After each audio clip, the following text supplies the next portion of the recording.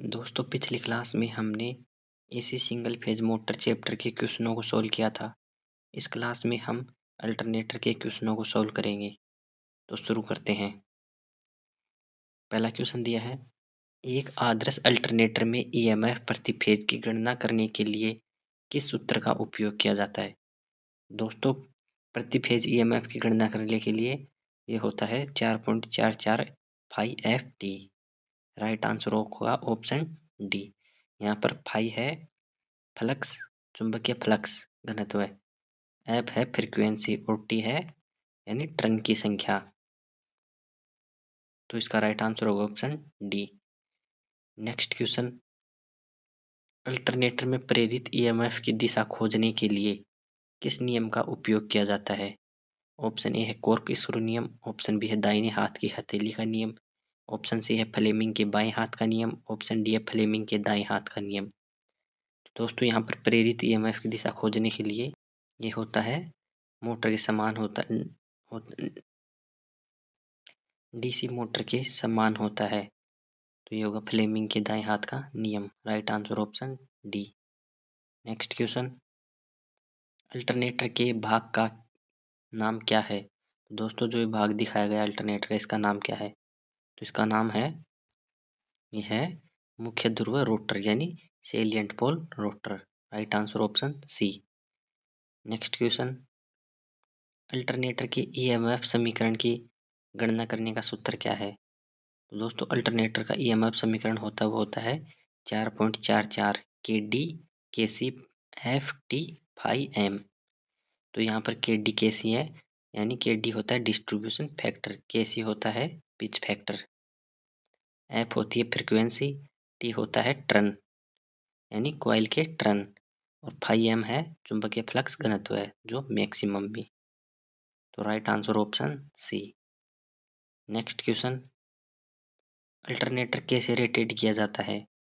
तो दोस्तों अल्टरनेटर की रेटिंग है वो ली जाती है केवीए में, अल्टरनेटर की और ट्रांसफार्मर की, यानी किलोवोल्ट एम्पियर। ये होता है किलोवोल्ट एम्पियर।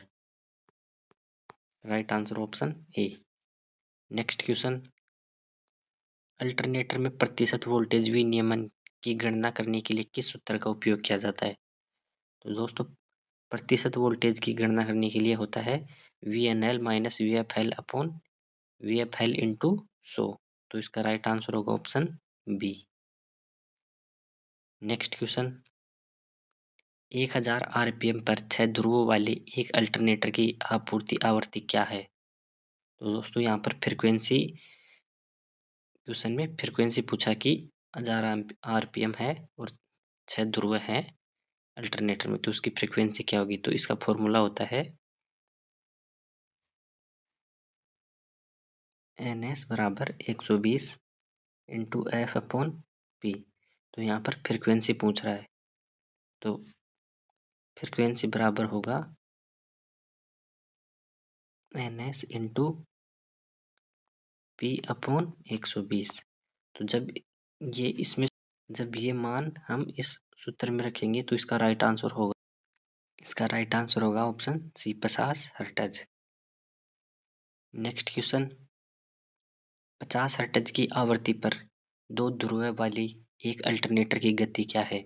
तो दोस्तों यहाँ पर अल्टरनेटर की गति पूछा है, तो ये होगा एन एस बराबर 120 into F upon P.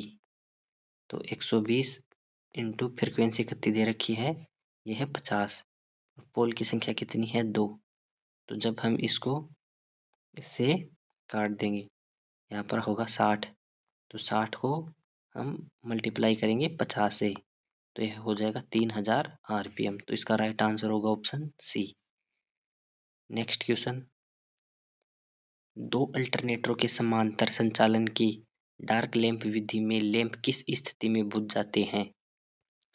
Option A है टर्मिनल वोल्टेज बराबर है, ऑप्शन बी है वोल्टेज और आवृत्ति बराबर है, ऑप्शन सी है वोल्टेज और पावर रेटिंग बराबर है, ऑप्शन डी है दोनों अल्टरनेटरों में आवृत्ति समान होती है। तो दोस्तों इसका राइट आंसर होगा ऑप्शन बी, वोल्टेज और आवृत्ति बराबर है। नेक्स्ट क्वेश्चन, अल्टरनेटर में आर्मेचर प्रतिक्रिया के कारण डीमैग्नेटाइजिंग प्रभाव की भरपाई कैसे करें। दोस्तों इसमें बताया गया कि अल्टरनेटर में आर्मेचर प्रतिक्रिया दोष हो जाए तो डीमैग्नेटाइजिंग प्रभाव हो जाता है, तो उसकी भरपाई कैसे करेंगे हम, यानी उसको कम कैसे करेंगे। ऑप्शन ए है अल्टरनेटर की गति को कम करना। ऑप्शन बी है फील्ड उत्तेजना धारा को कम करना।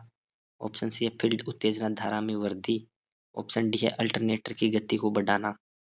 दोस्तों इसका राइट आंसर होगा ऑप्शन सी, फील्ड उत्तेजना धारा में वृद्धि करके उसके डीमैग्नेटाइजिंग प्रभाव को कम किया जा सकता है। नेक्स्ट क्वेश्चन, सिंक्रोस्कोप का उपयोग क्या है। ऑप्शन ए है आउटपुट वोल्टेज को समायोजित करे। ऑप्शन बी है फेज अनुक्रम समायोजित करे। ऑप्शन सी है आपूर्ति आवृत्ति समायोजित करे। ऑप्शन डी है समानता के लिए सही तुरंत संकेत दे। तो दोस्तों इसका राइट आंसर होगा ऑप्शन डी। दोस्तों सिंक्रोस्कोप होता है दो अल्टरनेटरों का समांतर प्रचालन करने के लिए कि वो समांतर में सही से जुड़े हैं या नहीं। नेक्स्ट क्वेश्चन, अल्टरनेटर के रोटर को डीसी प्रदान करने वाले उपकरण का नाम क्या है। ऑप्शन ए उत्तेजक। Option B inverter. Option C converter. Option D synchroniser. तो दोस्तों इसका राइट आंसर होगा ऑप्शन ए उत्तेजक। नेक्स्ट क्वेश्चन, अल्टरनेटर में डैम्पर वाइंडिंग का उद्देश्य क्या है। ऑप्शन ए तांबे के नुकसान को कम करे। ऑप्शन बी वायु हानि को कम करना। ऑप्शन सी हंटिंग के प्रभाव को कम करता है। ऑप्शन डी वोल्टेज विनियमन में सुधार करता है। दोस्तों अल्टरनेटर में डैम्पर वाइंडिंग दी जाती है वो हंटिंग के प्रभाव को कम करने के लिए दी जाती है, तो इसका राइट आंसर होगा option C. Next question, alternator के समांतर संचालन से पहले किस स्थिति को संतुष्ट किया जाना है। ऑप्शन ए रेटिंग समान होनी चाहिए। ऑप्शन बी फेज अनुक्रम समान होना चाहिए। ऑप्शन सी रोटर प्रतिबाधा समान होनी चाहिए। ऑप्शन डी स्टेटर इम्पीडेंस समान होना चाहिए। तो दोस्तों अल्टरनेटर को समांतर में जोड़ने से पहले उनका फेज क्रम समान होना चाहिए। Right answer option B. Next question, 4 pole वाली रेटेड वोल्टेज पर 50 हर्ट्ज की आपूर्ति आवृत्ति के साथ जुड़े एक अल्टरनेटर की गति क्या है। तो दोस्तों पोल की संख्या 4 है और हर फ्रिक्वेंसी है 50।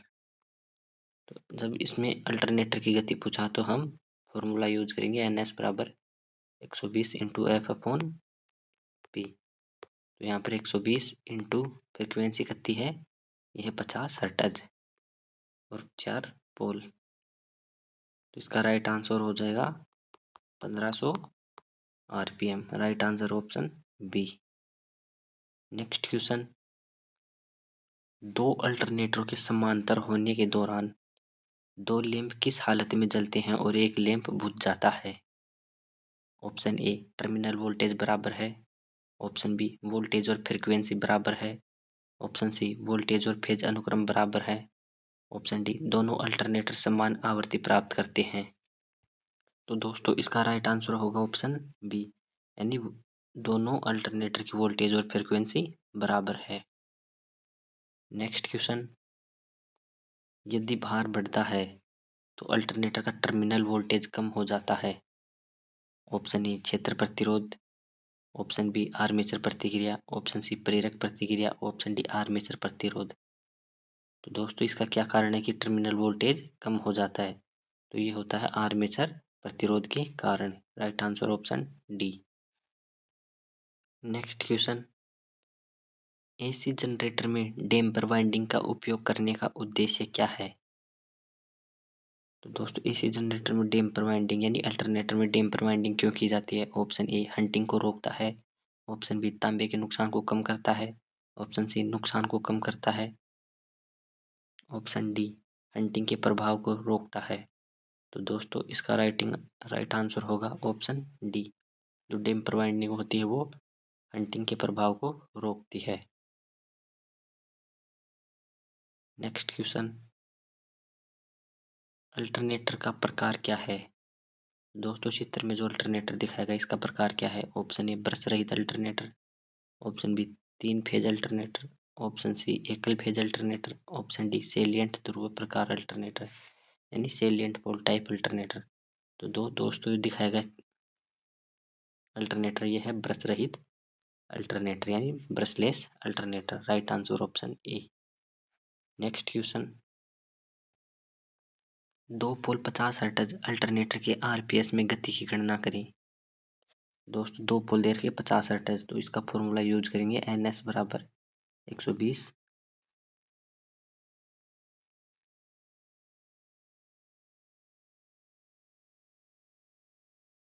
Into F upon P। तो 120 इंटू फ्रिक्वेंसी कितनी है यहाँ पर 50, पोल हैं 2, तो ये आ जाएगा 3000 RPM। जब इसको हम यहाँ पर दे रखा है राउंड प्रति मिनट, राउंड प्रति मिनट में आ जाएगा 3000 RPM। अब इसको RPS में बदलना है राउंड प्रति सेकंड में, तो इसको हम भाग दे देंगे 60 से। तो जैसे 60 से भाग देंगे हम, इसका राइट आंसर हो जाएगा 50। तो इसका राइट आंसर होगा ऑप्शन ए। नेक्स्ट क्वेश्चन, घूर्णन क्षेत्र प्रकार अल्टरनेटर का उपयोग करने का क्या फायदा है। दोस्तों इसमें दिखाया गया है घूर्णन क्षेत्र यानी रोटेटिंग फील्ड टाइप अल्टरनेटर, जिसका फील्ड रोटेट करता है। ऑप्शन ए, क्षेत्र में दोष का पता लगाना आसान है। ऑप्शन बी, अल्टरनेटर के साथ लोड को कनेक्ट करना आसान है। ऑप्शन सी, दौड़ने के दौरान गर्मी को फैलाना आसान है। ऑप्शन डी, दो स्लिप रिंगों की आवश्यकता होती है चाहे फेजों की संख्या कितनी भी हो। तो इसका राइट आंसर होगा option D. Next question, alternator में फील्ड उत्तेजना धारा को बढ़ाने से क्या प्रभाव पड़ता है। ऑप्शन ए, विचलन को रोकता है। ऑप्शन बी, अधिक वोल्टता से संरक्षण। ऑप्शन सी, मर्द शॉर्ट सर्किट संरक्षण। ऑप्शन डी, अल्टरनेटर ओवरलोडेड होगा। तो दोस्तों यहाँ पर दिखा है फील्ड उत्तेजना धारा को बढ़ाने पर क्या होगा, तो ये होता है विचलन को रोकता है यानी डीमैग्नेटाइजिंग प्रभाव को रोकता है। Right answer option A. Next question, alternator में 30 डिग्री कोण अल्फा के साथ 36 स्टेटर स्लॉट 4 पोल वाले घुमावदार के लिए पिच फैक्टर की गणना करें। तो दोस्तों यहाँ पर इसका फॉर्मूला होगा यानी केपी पिच फैक्टर का फॉर्मूला कोस अल्फा बाई 2। तो अल्फा का मान है यहाँ पर कितना 30 डिग्री, तो कोस 30 अपॉन 2। तो इसका राइट आंसर हो जाएगा ऑप्शन बी 0.965, यानी कोस 15 डिग्री का मान होगा 0.965। इसको इससे काटेंगे तो 15 डिग्री आएगा, तो कोस 15 का मान होगा। नेक्स्ट क्वेश्चन, अल्टरनेटर में हंटिंग के प्रभाव का कारण क्या है। ऑप्शन ए, अधिक भार के कारण। ऑप्शन बी, बिना लोड के चल रहा है। ऑप्शन सी, गति के उतार चढ़ाव के साथ चल रहा है। ऑप्शन डी, लोड में निरंतर उतार चढ़ाव के कारण। दोस्तों अल्टरनेटर में हंटिंग होता है वो होता है लोड में निरंतर उतार चढ़ाव होने के कारण। तो इसका राइट आंसर होगा ऑप्शन डी। नेक्स्ट क्वेश्चन, यदि एक अल्टरनेटर से लोड हटा दिया जाता है तो वोल्टेज 480 वोल्ट से 600 वोल्ट 660 वोल्ट तक बढ़ जाता है। वोल्टेज विनियमन प्रतिशत में गणना कीजिए। तो वोल्टेज विनियमन की गणना करने के लिए हम फॉर्मूला यूज करते हैं VNL minus VFL upon VFL into 100। तो जब इन मानों को यहाँ पर इस फॉर्मूले में रखेंगे तो इसका राइट आंसर होगा 37.5। राइट आंसर होगा ऑप्शन सी। थैंक यू दोस्तों, क्लास अच्छी लगी हो तो शेयर करना और सब्सक्राइब करना।